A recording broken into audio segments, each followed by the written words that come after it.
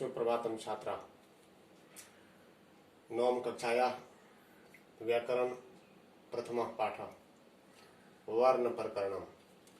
बच्चों, आज हम वर्ण से संबंधित ज्ञान देंगे।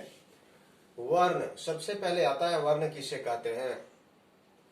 वर्ण ध्वनियों को प्रकट करने वाले चिन्हों को कहा जाता है। वर्ण किसे कहते हैं? किसी भाषा को बोलने में जो ध्वनि प्रयोग होते हैं, उन ध्वनियों को प्रकट करने का जो चिन्ह है वह वर्ण कहलाता है। जैसे आप क बोलते हो तो क को इस तरह से लिखते हो। अ बोलते हो, जैसे अमर बोलना है तो अ म र, अमर, अमर शब्द हुआ।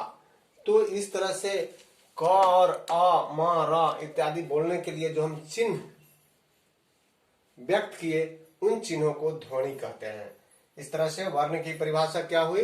ध्वनियों को प्रकट करने वाले चिन्हों को वर्ण कहते हैं, जिसका विभाजन नहीं होता है, इसको खंडित नहीं कर सकते हो आप।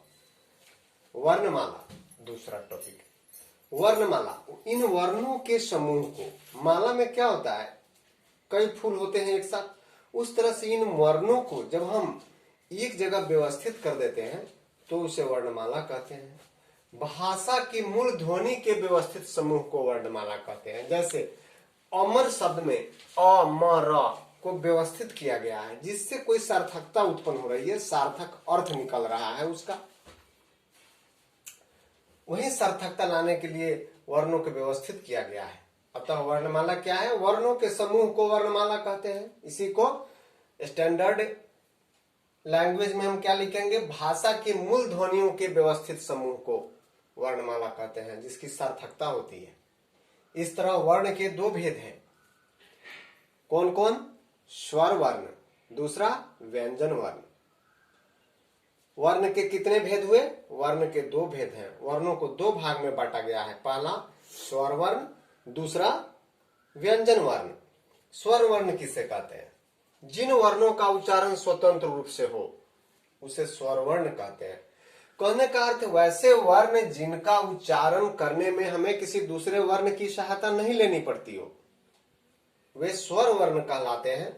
जैसे अ, आ, ई इत्यादि का उच्चारण जब हम करते हैं तो इसमें किसी अन्य वर्ण की सहायता नहीं लेनी पड़ती है, अतः ये स्वर वर्ण है। स्वर वर्ण की परिभाषा क्या हुआ?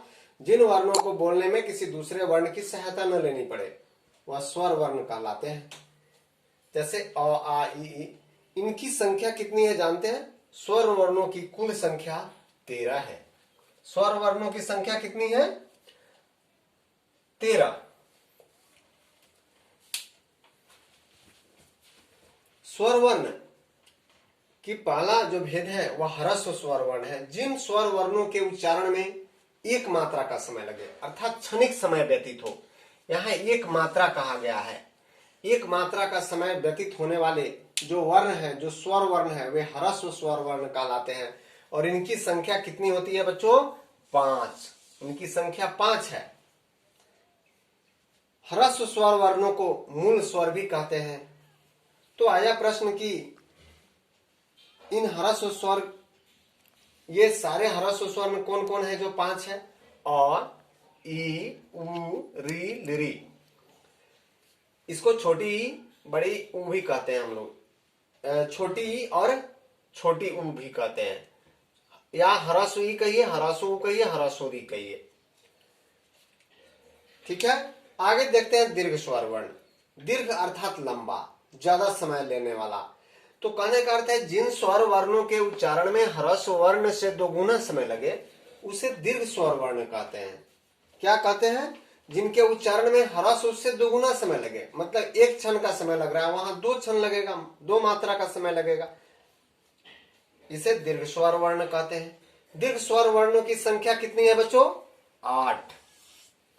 और दीर्घ स्वर वर्ण को संधि स्वर भी कहा जाता है, क्योंकि इसमें जैसे अ जो र मिलकर आ होता है, संधि स्वर, उसमें संधि स्वर भी कहा गया है।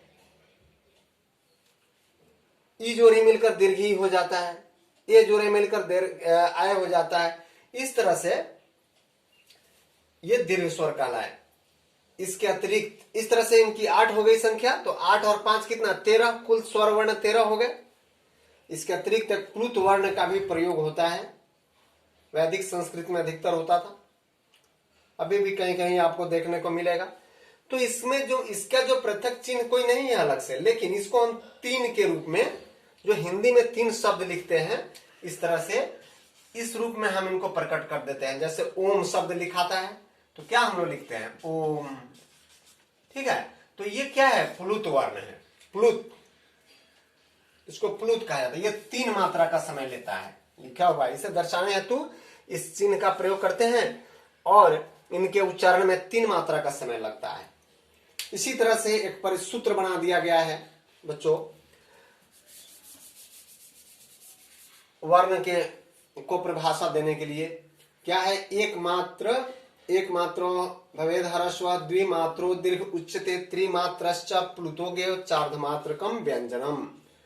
अर्थात एक मात्रा का समय लगने वाले ह्रस्व स्वर वर्ण होते हैं, द्विमात्रा का समय लेने वाले दीर्घ होते हैं, और 3 मात्रा का समय जिन वर्णों में व्यतीत होता है वह प्लुत है, और इनसे ज्यादा अर्थात 4 मात्रा का समय लेने वाला, चौगुना समय लेने वाला उच्चारण में जो वर्ण होते हैं वे व्यंजन वर्ण होते हैं।